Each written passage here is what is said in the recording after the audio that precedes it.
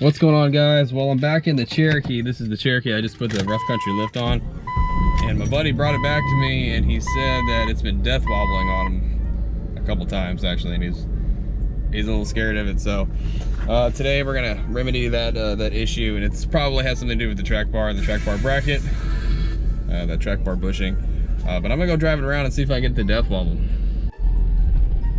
right. So when I first put the lift on it, yeah, I drove it around the neighborhood, and it seemed kind of, it drove kind of, I don't know, it's like, drove kind of, it's making some weird ass noise. I think I need to turn around and look at it before I go death wobble it.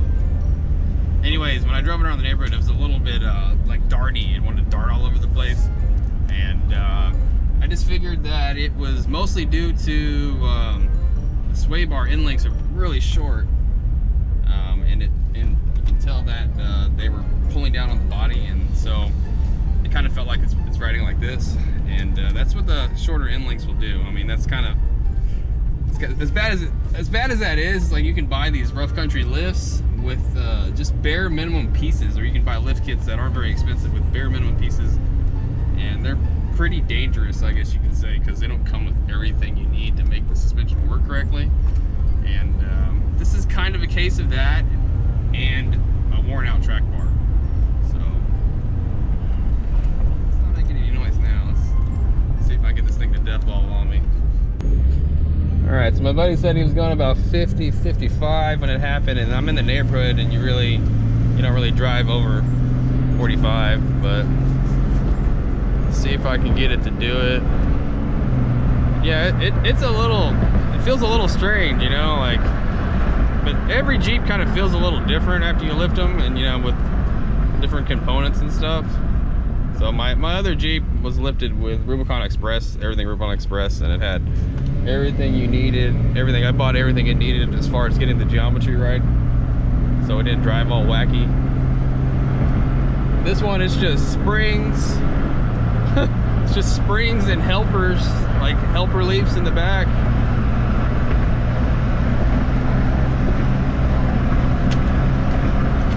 And it drives on. There we go. There we go. Whoa!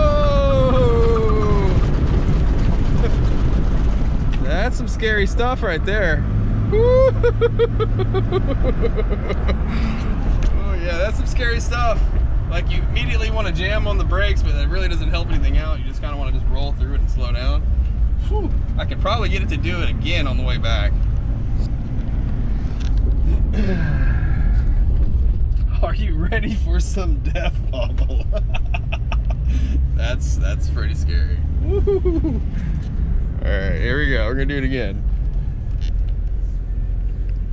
Oh, I need to get the GoPro underneath the Jeep. That's what I need to do.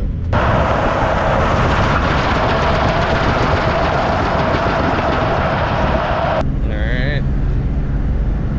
Gotta get through probably should get through this stop sign first, but there we go. Whoa! That's neat.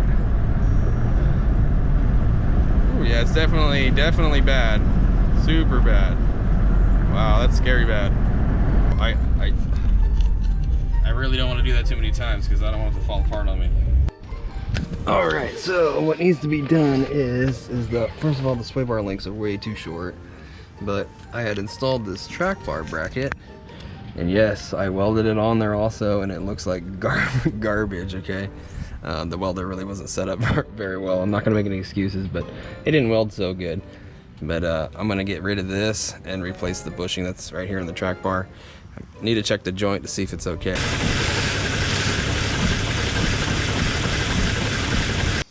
All right, so the track bar bushing is just totally gone. I just went back and looked at the video. I just, pretty much showed you. And yeah, it's totally gone. Went ahead and got some new bushings. I usually don't buy Moog stuff too often, but this is just kind of, it was really inexpensive. It was like 12 bucks. And here's the ProComp extended Swaybar links that I'm going to go ahead and put on too. Okay, so these will work for lifts that are 3 to 5 inches. So this is perfect for what we got here because we got about a 3.5 inch lift on the front. It comes with everything I need to install it, which is pretty good. And it's ProComp brand, so it's good stuff. All right, so track bar, gonna go ahead and pull this bolt out. You're gonna have to do a little grinding here, replace the bushing in this guy, grind this back out, knock this stupid bracket off, clean it up. I'm actually probably gonna end up drilling a hole here and relocating the track bar bolt through here. I don't know if I'm actually gonna, if I should try to weld a washer to this or not, because it'll probably look like this when I'm done, but whatever. First things first, I'm gonna get rid of this freaking bracket right here.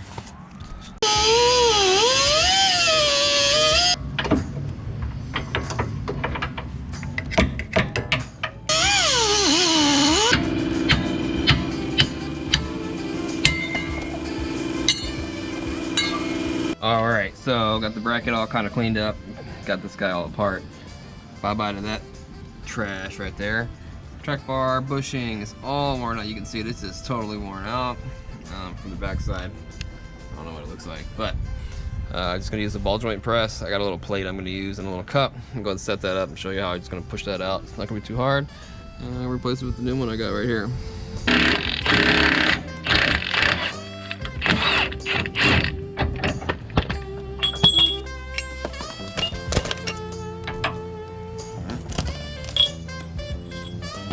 So the metal sleeve just popped right out. All right, we're just gonna get it warm, get it to the fan. It's pretty cold outside today. It's gonna make the job a little easier, quicker.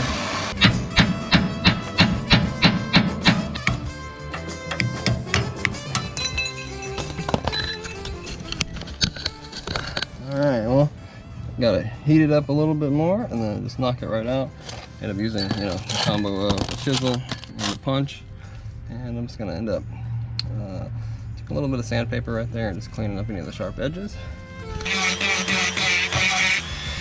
My new bushings.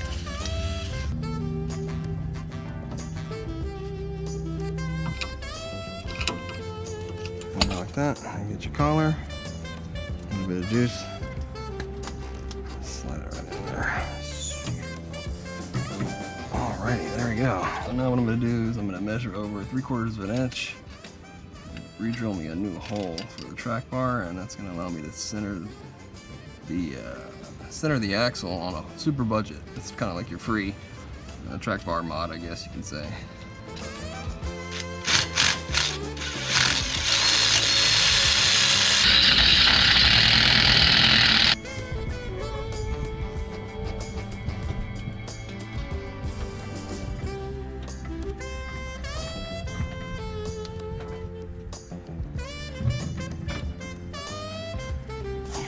Alright, so you can cut the wheel all the way over to the left as far as you can.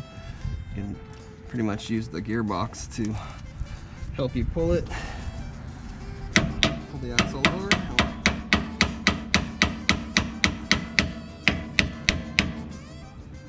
Looks like it's almost going to be just about perfect. I have to move it over a little bit more with a screwdriver if I can. Alright, got the hole where I want it. New bolt, washer, lock nut. Lock washer, nut. Okay, not using the flag nut anymore. It's looking a little bit stripped.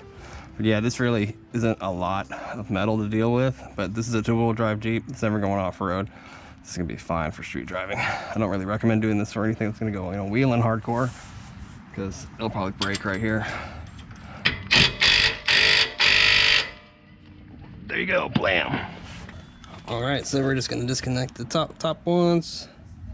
They're gonna be 14mm on both sides and 18mm down here at the bottom. I'm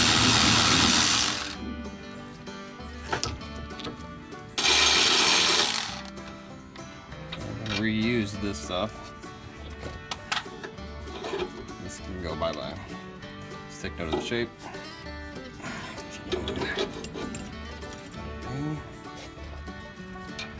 Straight onto the sway bar like this. And you're gonna use this little spacer here at the top,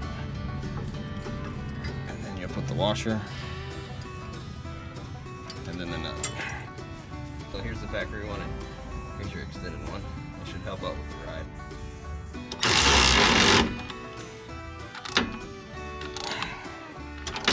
Alright, and then you can.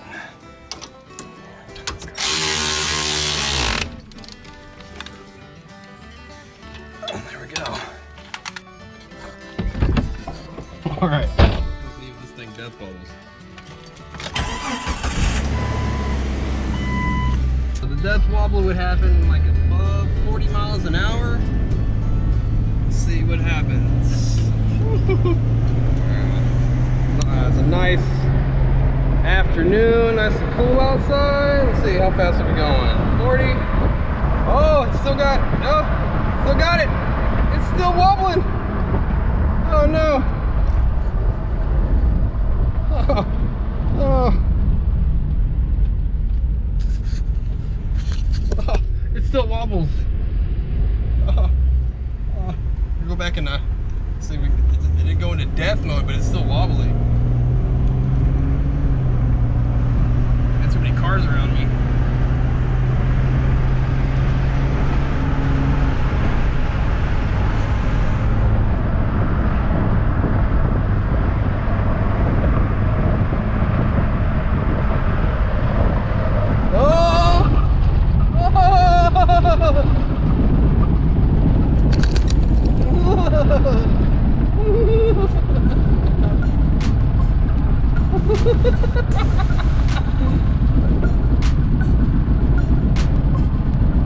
Oh my God, it's worse. Worse.